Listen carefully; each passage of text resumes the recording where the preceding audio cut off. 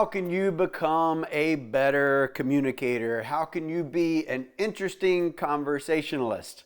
How can you be someone that's very interesting to talk to? Well, glad you asked. Today, I'm going to give you 5 tips for being a better conversationalist. Right? That's a long word, conversationalist. So anyway, I'm going to give you 5 tips for being, well, not for being interesting, not that you're not already phenomenally interesting, but here's 5 cool things that you can do in a conversation. And you may know them. It's not, some of this stuff is just common sense, but knowing what to do and checking yourself to see if you do it and then applying what you know to be right is tough. Just knowing what to do is one thing. Checking yourself to see if you do it and applying it in your life, 2 different things, right? So that's what I'm here to encourage you to do, to hear these things and apply them. Okay, let's dive in. Number 1, my biggest recommendation, and this is huge because people can sense this, and it's just a little statement. Be where your shoes are. What do I mean by that? Wherever you are, be there. So be in that conversation. Never have a conversation with somebody where you're looking at your watch, you're looking around, you're looking at everybody, anything but them. You're trying to get out of the conversation. And there's a time and place for that itself on another day. But if you want to engage in great conversation, rule number 1, be where your shoes are. Be there in the conversation. Give them eye contact.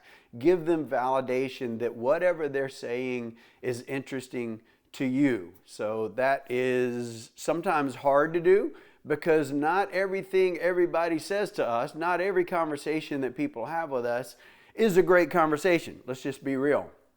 But if they're going to leave the conversation and somebody asks them about you later, if you want positive words, so when they're out talking to other people about you, kind of third party-ish, if you want positivity for them to say, yeah, I love them, they're a great person, blah, blah, just having a good conversation with somebody can give that encouragement, can give that positivity to where they're out there now saying good things about you. So if they felt good about the conversation, they felt interesting, even if they dominated the conversation and you said nothing, they're going to feel like, man, yeah, they're a great friend. That's a great person. So rule number 1, be where your shoes are. Be in the conversation, eye contact, and validation for what they're saying. Rule number 2, listen more than you talk. A lot of times we talk to people or ourselves, if we're guilty ourselves, we go on and blah, and you just totally dominate the conversation.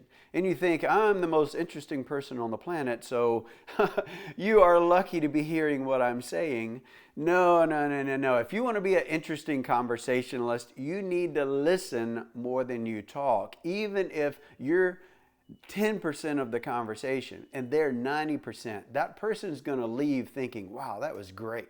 That was such a great time spent with them because you made them feel good. You made them feel validated by listening and hearing to what they were saying. So part of that listening is validating their answers with response. Contribute to the conversation by adding your take on what they're saying and just saying, yeah, wow, that's incredible. I can't believe that happened to you. That's really cool. What else happened? So that type of listening and validating what they're saying and being part of the conversation is also part of that. Number 3, you need to ask more than you tell. Don't just go into a conversation and tell, and now you're dumping, tell. You want to ask questions, prod the conversation, make it interesting, get them to feedback to you, ask them about themselves, right? So one thing that I've always challenged my daughters with in becoming a great conversationalist is when they come back from spending time with a friend, I'll ask them, what did you learn? What did you learn about that person that you didn't already know? And most of the times it was deer in the headlights, but then later in life as they started realizing, okay, yeah, I need to do that. So they would ask, they make sure they learn 2 or 3 new things about a person when they're talking to them that they didn't already know. So you can become an interesting conversationalist by that rule number 3. Ask more than you tell. Just do that in a conversation and you'll be surprised at how cool the conversation can then become and how interesting the conversation can become, right? So that's rule number 3. Tip number 4, what you want to do is never answer with one word. If somebody's conversating with you and they're talking, don't just say, yep, nope, fine, good, Atlanta. Don't say just one word.